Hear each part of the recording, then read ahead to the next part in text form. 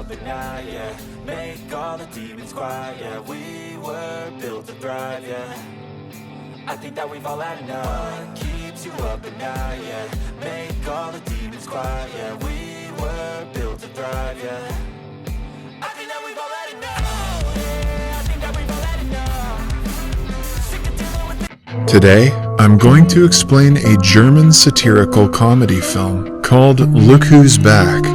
Spoilers ahead. The beginning of the movie is set somewhere during the Second World War in Berlin. The Führer, Hitler, is with a behavior coach named Keppel. Hitler expresses his disagreement with the gesture of people's greeting to Keppel.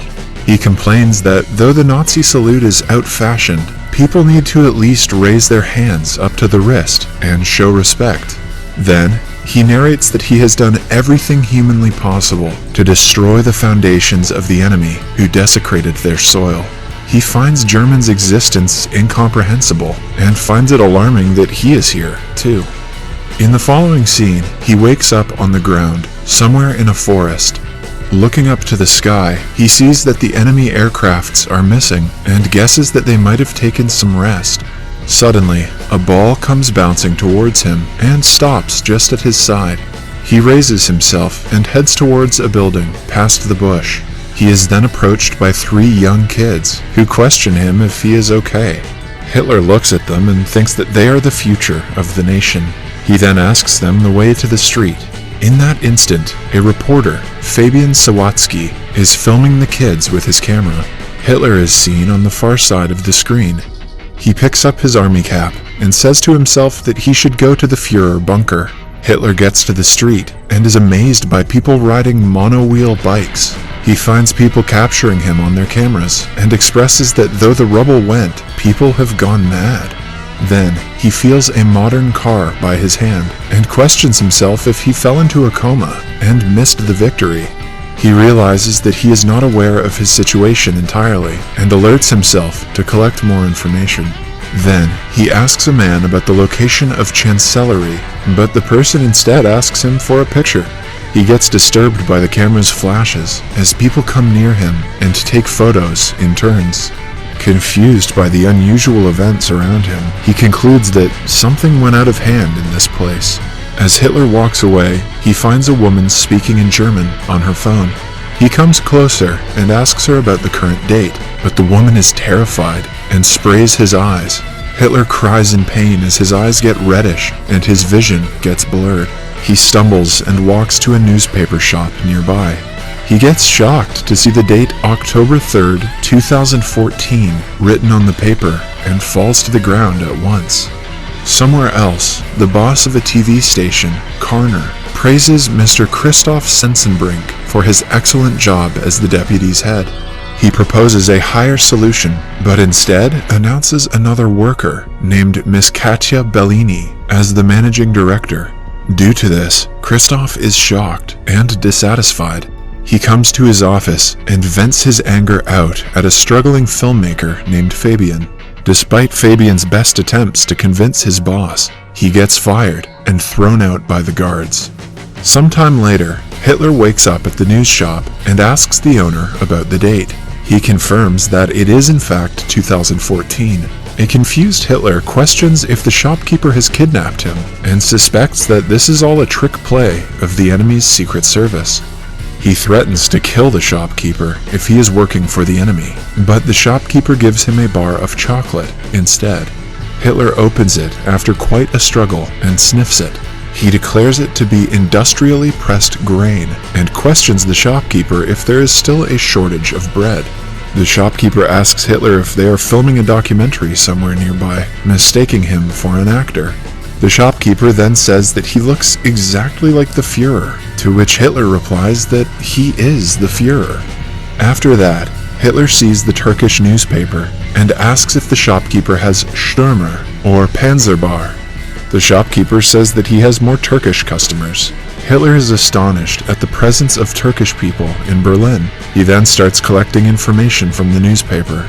While reading it, he assumes that he didn't win the war in the past, and Germany was given to the hands of clumsy women having the charisma of a wet noodle. He He further laments the existence of Poland and concludes the war to be a total waste. Meanwhile, Fabian looks upon his video reporting about soccer and sobs, sad at the fact that he was fired. Don't worry, Fabian. In a couple years you can get a job on YouTube. His mother calms him and asks him to pause the video, noticing Hitler behind. Fabian is amused at the discovery of a person who looks so similar to Hitler. Back in the shopkeeper asks Hitler to keep the newspaper aside and stand outside. Hitler grudges at being asked to work. The shopkeeper suggests Hitler clean his clothes, for they stink. He then goes to a laundry place and asks them to clean his uniform. Hitler asks if they have another uniform, since he cannot walk away naked. Hitler doesn't understand that he's in modern-day Germany now, and nudity is no big deal. Next, we see Hitler walking to the news cellar with jeans and a sweater on. Hitler's looking bussin'. Fabian, on the other hand, has somehow managed to find him and is waiting for him in the shop. After getting a look at Hitler, he is amazed at his appearance. Fabian asks Hitler if he can film him as he marches through modern Germany. Hitler agrees with the idea. Fabian takes up some cash and a car from his mother and begins his journey with Hitler. The two end up in a hotel where Hitler gets amused at seeing the television. He then decides to talk about politics in Fabian's presentation. He goes to places asking people regarding their views on politics. After the interviews, he finds that there was minimal impact of democracy upon people during his absence. He inspects discontent and suppressed anger in people, which reminds him of the 1930s, when people had similar views but lacked the term political disenchantment. People tell Hitler about the problem of immigrants in the country, making Hitler push his idea that mixing the races doesn't work. Later, Fabian asks Hitler the source of his unique mustache. Hitler replies that he cut his mustache to a shape that fits a gas mask. A while later, the two end up on a farm, where Hitler gets bit by a dog. He is enraged and shoots at the animal. Fabian scolds him and seizes the gun. As the tour goes on, Fabian eventually runs out of cash, but he thinks of a plan and convinces the passers-by to have their sketches drawn by Hitler. Hitler finally gets to exhibit his creative side and draws sarcastic pictures, which people find funny and pay for. They continue their trip after collecting enough money. Back in town, Fabian shows a clip of Hitler to Christoph. The video has a lot of views, as Fabian has uploaded it to the internet. Christoph is impressed by the large number of views on the video. He asks Fabian for Hitler's name and contact number. After meeting him, Christoph suspects Hitler to be a lunatic and asks Fabian to take him away from his office. Before leaving, Hitler enters the director's office and asks her to save Germany together with him. Interested by the idea, Bellini asks him about the plan. She quickly asks her assistant to prepare a proper TV format for broadcasting the Führer on listening to Hitler's idea. Fabian then threatens Christoph to give him his job back, or else he will take Hitler away. On hearing this, Christoph makes him a kitchen boy, promising to promote him when a new editorial post opens up.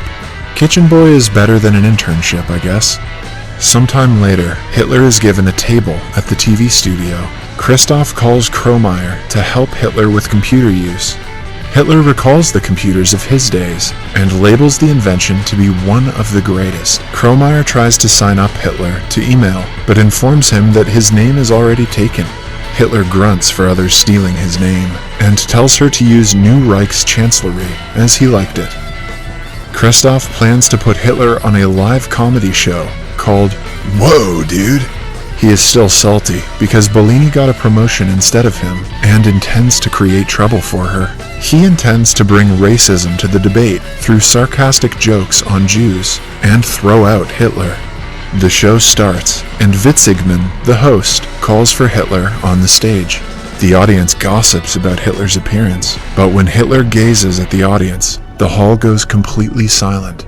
Hitler soon breaks the silence, but does not read out the lines as scripted. He explains that he is to tell a joke about immigrants, but he is not going to do so. He says that a TV is a great invention of the human, but the shows broadcasted are nonsense.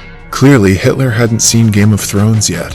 He sheds lights on problems like poverty and unemployment, and forecasts that the people of the country are heading towards the abyss without noticing it. Hitler vows to fight against the TV, not only up to the broadcast of the abyss, but also until he succeeds in overcoming them. Everyone likes the idea and claps for him. Seeing Hitler's popularity, the host, Witzigmann, gets envious. Bellini asks Christoph to broadcast Hitler in every show. Christoph is distressed because of the failure of his plan. In the following scene, we see Hitler give interviews on numerous TV shows and share that his motive is to make Germany great again. Wow, this movie was ahead of its time. His popularity grows immensely, and he meets several people and party leaders. He starts charming them all by sharing his ideas. One day, Hitler and Fabian visit NPD headquarters in Berlin. He calls for Ulf Birn, the federal chairman of NPD, and asks him what his cause has achieved so far. Hitler belittles him and says that they have wasted enough time, and the movement is taken aback by decades due to their words. Christoph gets excited and happy when the cops and district attorney, DA, appear at the TV studio. They explain that they are here for a complaint of charging violation of hate laws. Bellini asks what they are to do then. Quickly, Christoph pops that they might need to cancel the Führer show. The DA says that they can keep the broadcasting on. Bellini takes a sigh of relief, while Christoph fakes his smile. After the DA leaves, Kromeyer hands over a letter to Christoph stating the payment of the dog, which Hitler had shot earlier in his trip. Christoph receives the letter happily, believing it might be a way to cause trouble.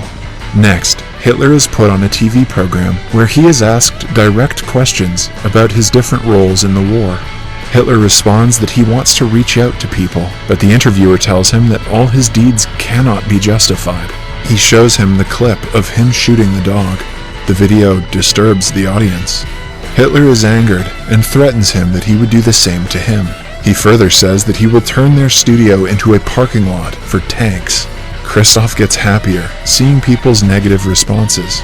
After the disastrous interview, Bellini is fired, and Christoph is appointed as the new manager. After that, Hitler goes to Fabian's house and starts living with him. He expresses amusement at the path taken by destiny and starts to write his second book. The book soon hits the market. 3 months later, at the TV studio, everyone sits in a meeting where the massive loss that the company has gone through is discussed. Christoph believes that Witzigmann's show will put them back on track, but one employee informs him that he has quit his job. Christoph gets tense and mad at the selected employees for losing the show. One of the staff suggests getting Hitler back, which interests Christoph. He looks for Hitler again and offers Fabian that he will invest $1 million in the film that Fabian and Hitler are shooting, if, in return, they let them broadcast the movie on their TV station. Hitler and Fabian come to Kromeyer's house, where Kromeyer's grandmother identifies Hitler. She claims that Hitler gassed all the people up and killed them. She calls him a criminal and shouts at him to get out. In the car, Hitler shares that he is surprised at Kromeyer being a Jew. He starts to belittle Jews, calling them less of humans. Fabian gets disappointed at Hitler's actions and his words. Back in the set, Fabian gets Hitler to replay how he got to the place. He asks Hitler what happened before the ball came rolling to him in the woods, but Hitler cannot remember it. Later at night, he walks off the set and is surrounded by some thugs. They call him the reason to take Germany back and give him a hard blow on his face. As Hitler opens his eyes, he finds himself in a hospital in front of Bellini. At the same time, Fabian looks over the footage of the video he captured about the boys and soccer. He watches it closely and finds Hitler rose from where he was lying. Fabian gets amazed at what happened before it. He quickly goes to the place and finds a board at the location stating the historical location of Führer Bunker. Fabian rushes to the hospital but does not find Hitler. Bellini says that he is headed to the shooting set. Fabian reveals that he is the real Adolf Hitler, but Bellini does not believe him. Fabian acts mad and tries to explain his theory hysterically. The guards try to catch him, but he flees. Fabian then reaches the set and aims a gun at Hitler. When asked about his identity, Hitler explains that he never claimed to be anyone else. Fabian says that Hitler is fooling people with his propaganda, to which Hitler replies that people elected a leader who shared his whole idea openly in 1933. Fabian takes Hitler to the top of a building with his gun. He corners Hitler and declares him to be a monster. Hitler in turn claps back, saying that ordinary people elected an extraordinary man and entrusted the fate of the country to him. He explains that people chose him because they bear the same values in their inner hearts. An enraged Fabian shoots Hitler, making him fall off the building onto the street. Soon, Fabian hears Hitler's voice, who says that no German can get rid of him. And Hitler, who is just thrown down, appears right behind it again. Just then, Belina calls for a cut in the studio, and everyone cheers for the shoot. Turns out that it was just a film shoot, and a random actor was playing the role of Fabian. Hitler then asks everyone to remember the comrades who could not be with them. Somewhere else, Kromeyer is sobbing, seeing Fabian through a hole in the mental ward. Hitler and Belina are busy giving autographs and interviews to people after the film booms. As they pass by a car, the people on the street seem fond of Hitler and greet him with respect.